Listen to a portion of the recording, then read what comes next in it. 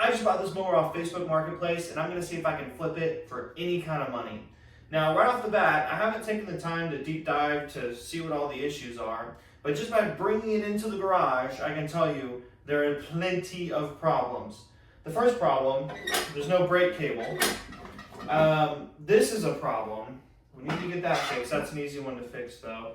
I also noticed, too, and again, this is before taking anything apart. This is all the things that I've noticed. I've also noticed the cover doesn't really sit on there. That's an easy fix. Surprisingly, it doesn't look broken.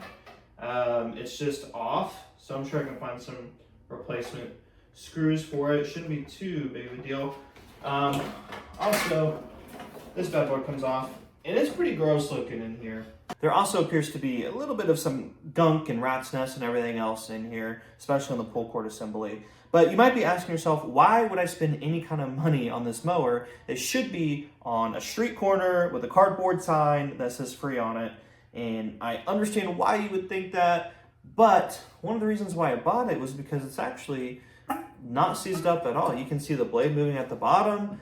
I mean, it's spinning really, really freely. So I think that we have a good motor here. And I was told by the previous owner that the only thing is that they have to put fuel in the carb to get it to go. So the first thing we're going to do before we dive too deep into anything is just clean out the carb, make sure there's no gunk in there, and then see if we can get her to start, and then we'll go from there. Also, notice too that obviously you probably saw that this wheel is messed up, but the whole front axle isn't front axling. So that might be one of our bigger problems. While we're here, let's just see what the air filter's looking like. Okay. Ooh. Let's see. Yeah, she's a bit crusty, but we're going for as cheap as possible, so we're just gonna toss this bad boy back in there, and we're gonna call her good for now. Let's see if there's fuel in here. Oh, that's not good. Oh, there's no fuel in it. Oh, I see why there's no fuel in it. There's a hole in the gas tank. There's a pinhole at the bottom. Oh dear. So that might be why it only ran when there's fuel in the carb, because there's no fuel in the tank. Oh dear. Okay, let's get this thing pulled off. Yeah, because I was poking around at the primer to see if I can see any fuel streaming in it. Of course it wasn't. And then I look in the gas tank and I see that the gas tank's got a big hole in it. So I guess we'll see that a little bit better whenever I get it on the workbench. Not a good start though. Not a good start at all.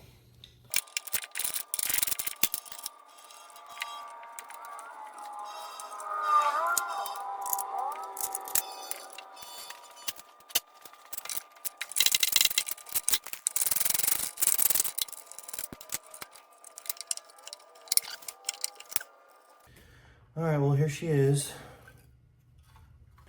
Well, good news, bad news.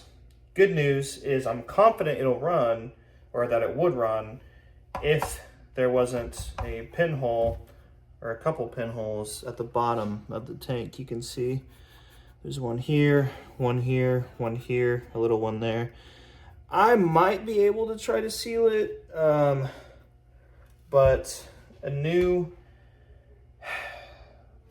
gas tank is probably going to be what happens. Let's get the carburetor cleaned off. Honestly, just from looking at it without taking the carburetor off, it doesn't look too bad. But on the inside here, it's definitely like a little gunked up and there's some debris. But let's get her cleaned up and let's remove it.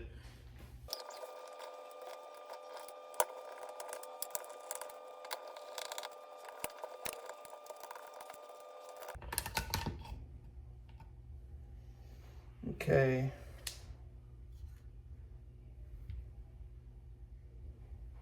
It definitely reeks of old fuel, like nasty fuel. I'm not really seeing a lot of gunk or debris in there, but we'll get it sprayed down anyways with some carb cleaner. I don't think that's our problem. Now, on the inside of here, though, where a gas tank is, there is quite a bit of dirt and debris. I don't know if you can, the camera can pick that up very well, but there's a lot of debris in there. So, I guess I'll try to get it cleaned up and then try to find a sealer for this. Because, I mean, it is like, man, I don't know. There's a lot of rust in there. Look at that. I don't know. Golly. There's a lot of rust in there. Oh, my gosh. Yeah, this fuel tank. Yeah, we're just going to need a new fuel tank, I think. Good grief.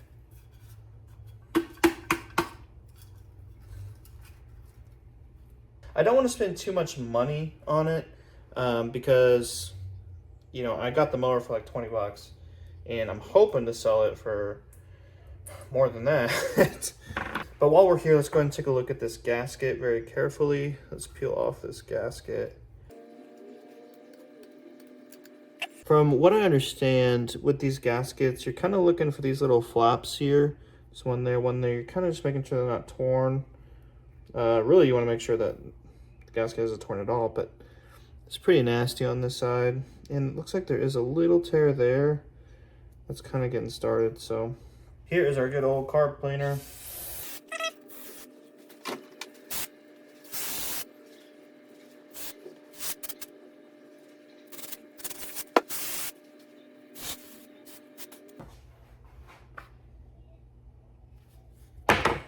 Something I could do with this air filter is you can put it in like some like Dawn dish soap and water, but what scares me is it's either going to clean it or it's just going to fall apart. And I don't want it to fall apart because I don't want to have to spend any more money than what I have to, but yeah, like you can see, yeah, it's definitely going to want to come apart, I think, but it's not in great shape. It's not in great shape. Which, granted, if it wants to come apart, then it needs to be replaced. You know, it needs to be replaced. So, but the main thing is I'm just trying to get it running and make the mower mow again, I guess. All right, I'm gonna set everything over here for a minute. Kind of let this guy dry out a little bit, get some prices on this gas tank, fuel tank, and let's go take a look at the spark plug. By the way, at this point, it's pretty obvious that the reason why he had to put fuel, the previous owner had to put fuel in the carburetor to get it to start was because the fuel tank couldn't hold any fuel. So because of that, I understand it's probably not a carburetor issue, but it doesn't hurt to clean it out anyways, just to get all that gunk and stuff out of there. Let's pull the spark plug. Oh, that's, yeah, I can already tell you that's really rusted. Oh yeah, yep.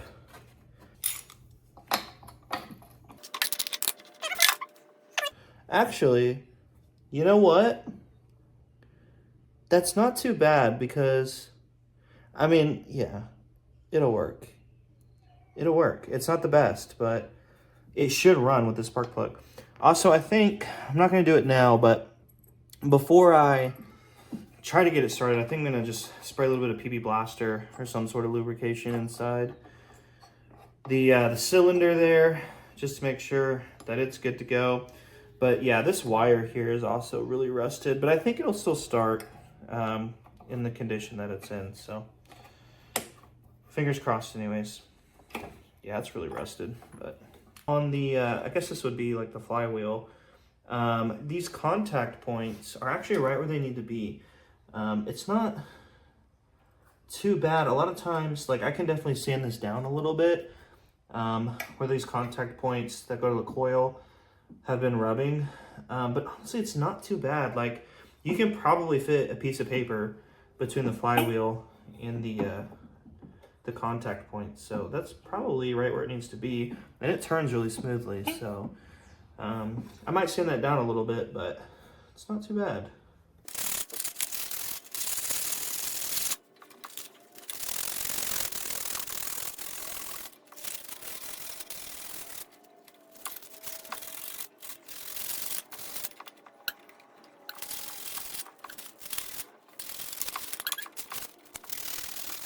All right, not great, but I mean, a lot of that rust did come off. So either way, I don't think that's going to be too big of a problem. So I think that this wheel is actually just messed up, and that's the only problem, because this was just all the way loose. The deck height was all the way too low, and it kind of just looked like the axle was messed up. But no, I think the axle's good. I think it's just this wheel.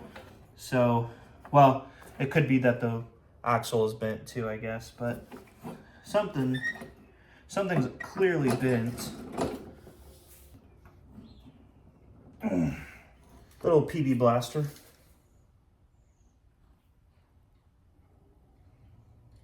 There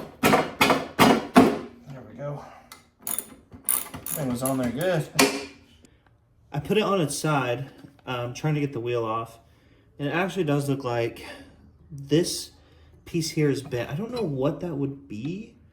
I don't know what it's called, but it also looks like there should be another plastic piece here where it kind of holds the axle in place, because this whole thing is just coming loose, which is a huge problem. Like, yeah, that's a huge problem. And another thing I got to worry about now is I got oil all over the floor from turning it on its side. So,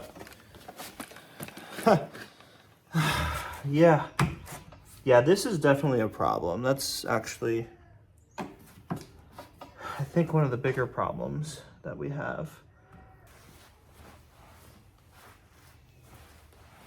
Well, I'm gonna put these on so I can at least say I kind of fixed something today.